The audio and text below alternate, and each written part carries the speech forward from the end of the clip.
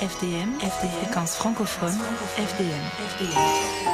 Aux quatre coins du monde et jusqu'en Chine, ce qui fait aussi le rayonnement de la France, c'est la réputation de sa gastronomie. Nos chefs sont devenus des stars, les chasseurs de tête du monde entier se les arrachent, et pas pour les faire réduire dans un bouillon, je vous rassure.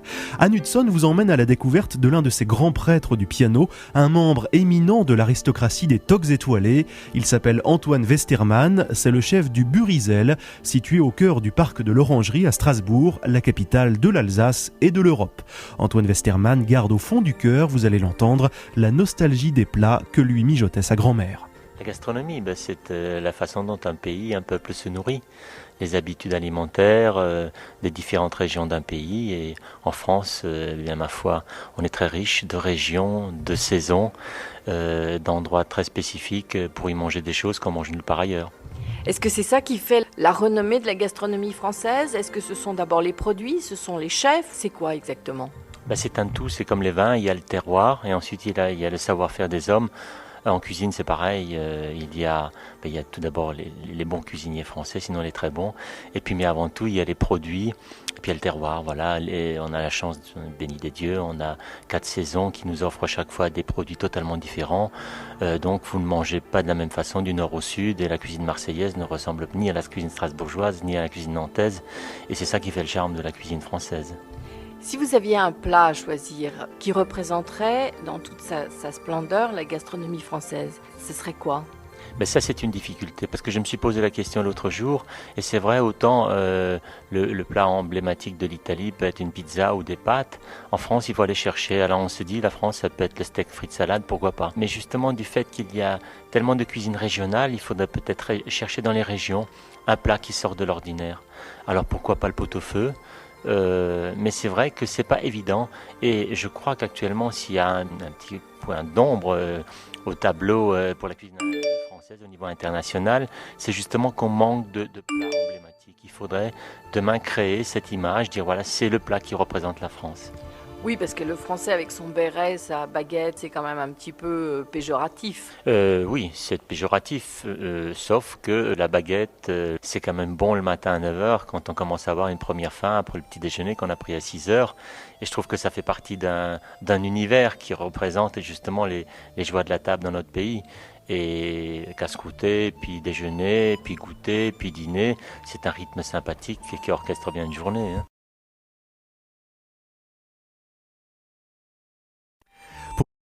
Pour composer les symphonies culinaires les plus raffinées, il ne faut pas que le tour de main de ces virtuoses de la cocotte en cuivre, il faut aussi les ingrédients les plus nobles, et les plus nobles sont parfois les plus simples.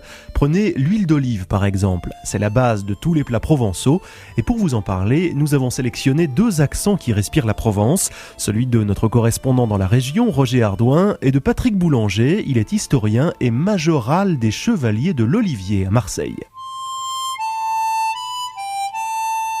Si l'huile d'olive donne à la cuisine provençale sa principale originalité, cette tradition culinaire ne remonte qu'au Moyen-Âge. En revanche, la culture de l'olivier en Provence date de la fondation de Marseille par les Grecs il y a 2600 ans. Patrick Boulanger, historien. Ce sont ces Grecs qui ont apporté de nouvelles variétés qui vont greffer les oliviers sauvages, parce que l'olivier est un arbre qui, à l'état sauvage, était présent en Provence et ailleurs depuis fort longtemps. Et ce sont ces Grecs qui vont apprendre aux indigènes celto-ligures, à nos ancêtres les Gaulois, à cultiver l'olivier et à tirer de ses fruits ces huiles tant recherchées. Et c'est par Marseille que l'olivier va se propager en direction de l'Espagne et de l'Italie. Aujourd'hui, sur les 30 000 tonnes d'huile d'olive consommées par les Français, 10% seulement sont produites en France, essentiellement dans les Bouches-du-Rhône. Mais cet or liquide, comme l'appelait Homère, est toujours une panacée. En effet, elle permet de lutter contre le mauvais cholestérol, elle est très bonne pour la croissance osseuse, pour lutter contre les rides. Souvenez-vous de Jeanne Calment, notre centenaire, qui utilisait journellement une potion à base d'huile d'olive. Elle a de multiples usages et il est bon d'en consommer quotidiennement. Comme les grands vins, l'huile d'olive française bénéficie d'une AOC, appellation d'origine contrôlée, et même d'une confrérie des Chevaliers de l'Olivier. Patrick Boulanger en est majoral et il sait la taster. Ça demande du palais, du nez. Il faut goûter les huiles. Je peux dire que je mange les huiles, on les met en bouche. Et puis là, on voit des senteurs exceptionnelles. Vous pouvez retrouver des goûts de fruits mûrs, de chocolat, voire d'ananas. Vous pouvez aussi trouver des goûts de fruits verts, des goûts d'herbes coupées. Finalement, les multiples variétés de ce produit noble gustativement.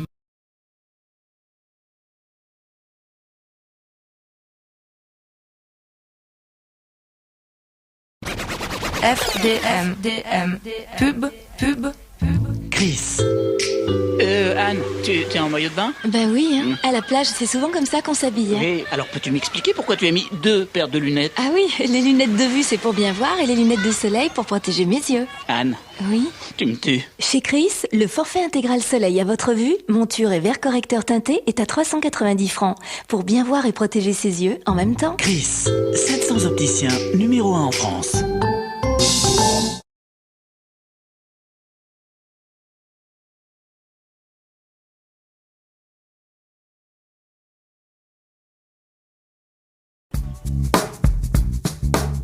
Après l'Alsace et la Provence tout à l'heure, l'étape suivante de notre Tour de France, parce que c'est aussi un peu la vocation de Fréquence FDM, l'étape suivante c'est donc le Nord-Pas-de-Calais, aux portes de la Belgique, du Luxembourg et de l'Angleterre. Un pas de géant depuis Marseille où nous étions il y a quelques minutes, pour aller à la rencontre des célèbres géants du Nord.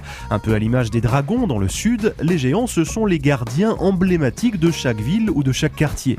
Il y en a 300 dans la région, on les sort à Carnaval bien sûr, mais aussi chaque fois que l'occasion se présente. Et c'était le cas dernièrement à Steenvoorde pour le Rassemblement international des géants, un reportage de Claire Mesureur à Arras. Le doyen de la confrérie s'appelle Gaillan, c'est le géant de Douai. Il a vu le jour en 1530. Géant d'osier, habillé en guerrier, figure emblématique de la cité, Gaillan a passé les siècles et fondé une famille. Quant à l'origine de la tradition, elle se perd dans les mémoires. Christine Caudron est journaliste.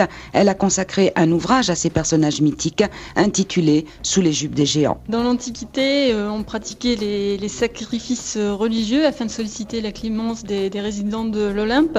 C'était à l'origine de vastes processions et à la suite de l'évangélisation, le cortège devient un peu moins religieux et au fur et à mesure, on voit apparaître des figures telles des animaux ou des dragons qui étaient un thème très fortement représenté dans la région. Aujourd'hui, les géants ont visage humain. Ils mesurent 3,50 m, 4,80 m, parfois même plus de 8 mètres de haut et paradent en tête des cortèges à l'occasion des fêtes de village ou des carnavals.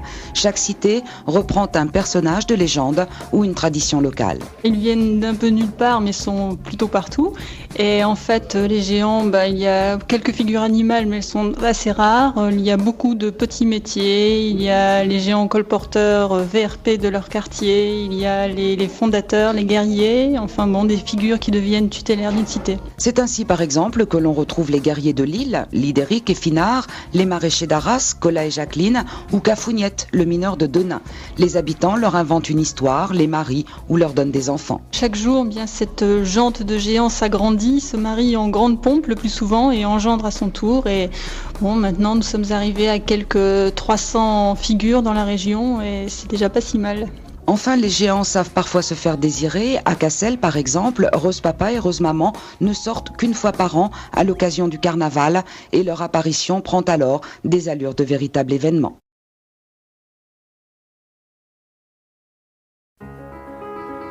L'actualité du printemps en France a été marquée par un autre événement plus poignant, celui-là. La vente aux enchères des souvenirs de Barbara, disparue il y a 3 ans. Cette vente a rassemblé une assistance de fans émus au château de Cheverny dans le Loir-et-Cher, le château dont Hergé s'était inspiré pour imaginer Moulinsart dans les aventures de Tintin. Des partitions, des costumes de scène, un boa, un rocking chair, en tout, ce sont plusieurs centaines d'objets qui sont partis sous le marteau de Maître Rouillac.